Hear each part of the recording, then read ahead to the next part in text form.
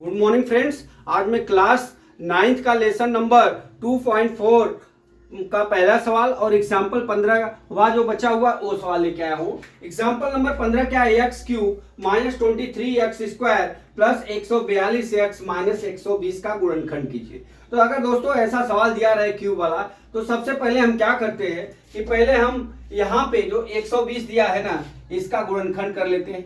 बराबर, जैसे plus minus 1 हो जाएगा, फिर प्लस माइनस 2 हो जाएगा, फिर इस तरह से प्लस माइनस 3 हो जाएगा, फिर जो जो पाड़े से कटेगा उसको पाड़े से लिख लेंगे, फिर प्लस माइनस कितना हो जाएगा 4, फिर प्लस माइनस कितना हो जाएगा 5, फिर प्लस माइनस कितना हो जाएगा 6, फिर प्लस माइनस कितना 7 से कटेगा नहीं 8, फिर प्लस माइनस 9 से भी नहीं कटेगा तो 10 हो जाएगा, प्लस माइनस कितना हो जाएगा 12 हो जाएगा, फिर प्लस माइनस 13 से कटेगा नहीं, बराबर 14 प्लस माइनस 14 अट्ठे 14 से भी नहीं 14 से भी नहीं कटेगा, फिर 15 से कटेगा प्लस माइनस 15, फिर 16 से भी नहीं कटेगा, फिर 17 से भी नहीं कटेगा, 18 से भी नहीं कटेगा, फिर इस तरह से हम लिख लेते हैं 24 प्लस माइनस 24 प्लस माइनस 60। इस तरह से अगर बीच में कुछ छूटा होगा तो आप लोग लिख लेना।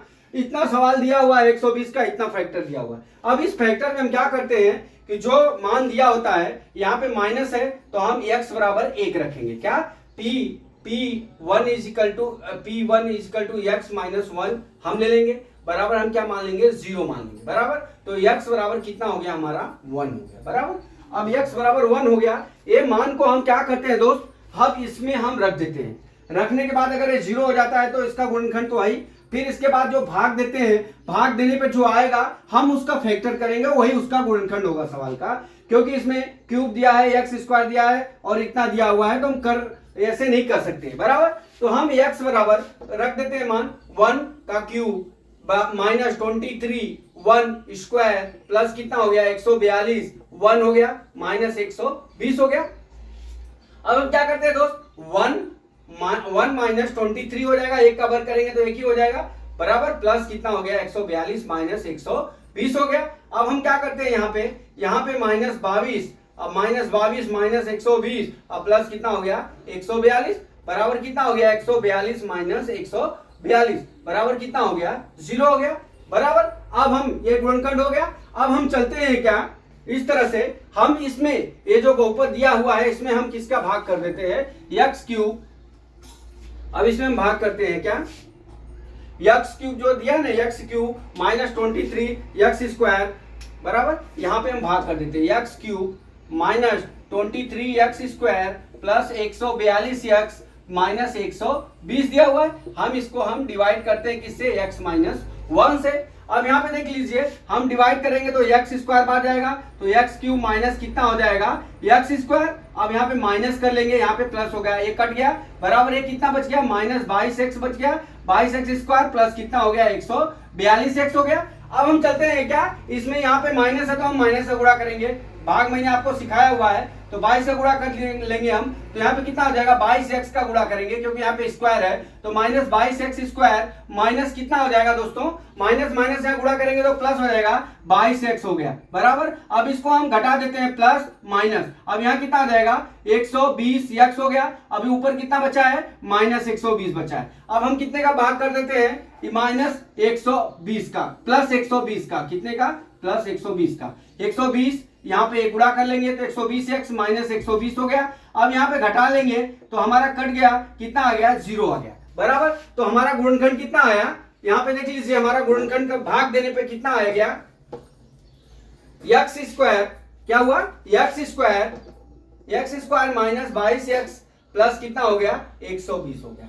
अब हमको 120 का ऐसा गुणनखंड करना है कि हमारा 22x आ जाए, तो हम क्या करते हैं 10 गुणे 12 ले लेते हैं तो 10 12 में 120 हो जाता है और माइनस 10 माइनस 12 22x हो जाएगा। तो यहाँ पे कितना हो जाएगा x square minus 10x minus कितना हो जाएगा 12x प्लस कितना हो जाएगा 120। बराबर, ये दोनों को एक साथ में रखते हैं, दोनों को एक साथ में रखते हैं, इसमें से x कॉमन हो जाएगा तो हमारा x माइनस 10 हो जाएगा। बराबर, यहां से 12 ले लेंगे तो यहाँ पे कितना हो जाएगा x माइनस कितना हो गया 10 हो गया। बराबर कितना हो जाएगा x माइनस 10, फिर क्या हो जाएगा x माइनस 12। ये हमारा इस सवाल का 15वां का एग्जाम्पल हुआ। इस तरह से हम जो 120 का गुणनखंड किया हूं उसमें से आप कोई भी संख्या रखते हुए जिससे 0 फैक्टर करेंगे तो उसका आंसर भी इतना ही आएगा। तो दोस्तों आशा करता हूं एग्जाम्पल नंबर 15 आपको समझ में आ गया होगा। अभी हम चलते हैं, आपका एक्सरसाइज नंबर 1 है। एक्सरसाइज नंबर 1 को पढ़ा देता हूं। एक्सरसाइज नंबर 1, एक्सरसाइज नंबर 1 में क्या दिया हुआ दोस्तों, एक्स क्यूब, क्या दिया है, x cube plus x square plus P x का ये क्या दिया है कि बहुपद का एक गुणनखंड x प्लस 1 होना चाहिए। तो हम x बराबर हम क्या लिख लेते हैं, -1 रख लेते हैं ये बहुपद में। तो -1 का क्यूब प्लस -1 का होल स्क्वायर प्लस -1 प्लस कितना होगा, 1 होगा, बराबर। अभी आप देख लीजिए विषम संख्या के रूप में है तो यहाँ पे माइनस आएगा, ये सम संख्या के रूप में है तो +1 आ गया। यहाँ पे क्या हो जाएगा, ये -1 हो जाएगा, फिर यहाँ पे कितना हो जाएगा, +1 हो जाएगा, बराबर। आप जोड़ लीजिए, ये क्या हो गया, +1 + 1 कितना हो गया, 2 हो गया। अब यहाँ कितना, -1 कितना हो गया, 2 हो गया, 0 हो गया। अर्थात x + 1 बहुपद का क्या है, गुणनखंड है, गुणनखंड है, बराबर। अब चलते हैं हम अपना दूसरा सवाल।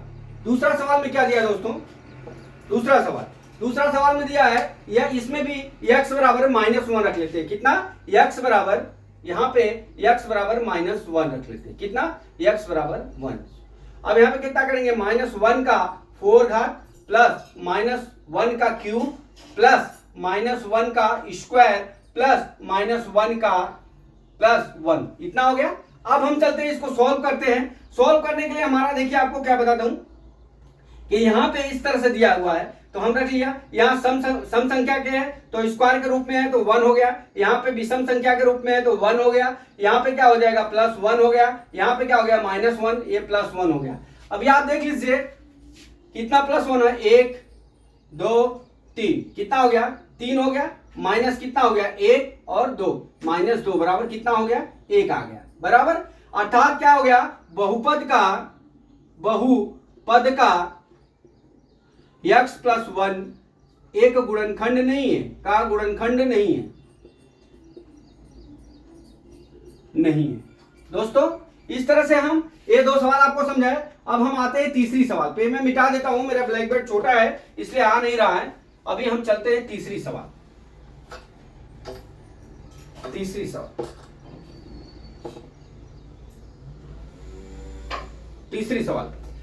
सवाल क्या दिया है हमारा, x पे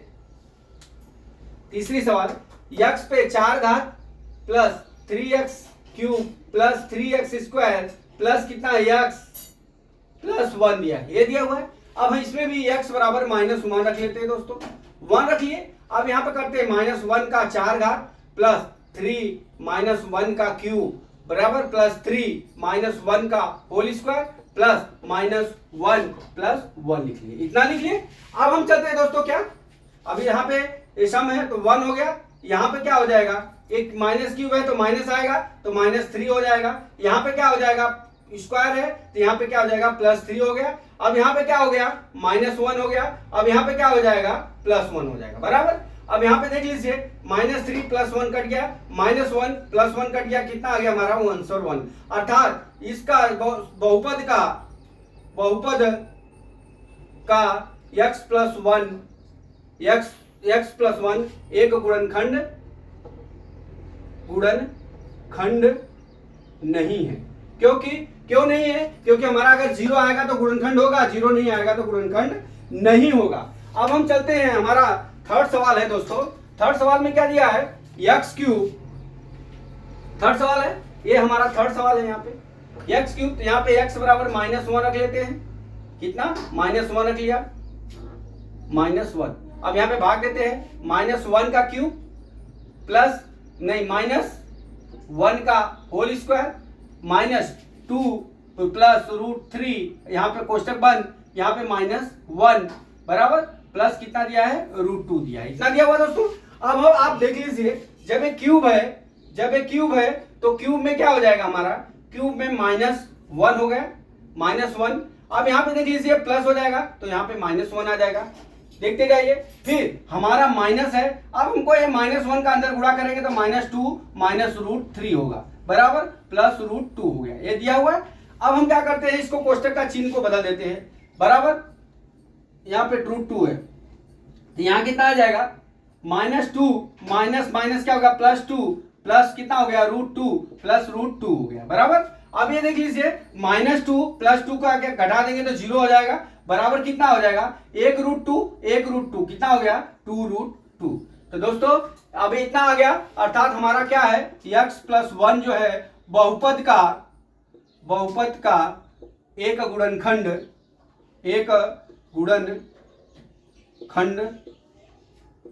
नहीं है। तो दोस्तों अगर हम किसी भी समीकरण में या बहुपद में x का जो मान दिया रहेगा भाग करेंगे, अगर 0 होगा तो उसका एक गुणनखंड होगा, अगर 0 नहीं होगा तो उसका वो एक गुणनखंड नहीं होगा। तो दोस्तों आशा करता हूं कि आपको ये बताया हुआ सवाल 9th का जो है समझ में आ गया होगा। अगला वीडियो में कल लेके आता हूं। जय मां सरस्वती, जय भारत माता, जय जवान, जय किसान।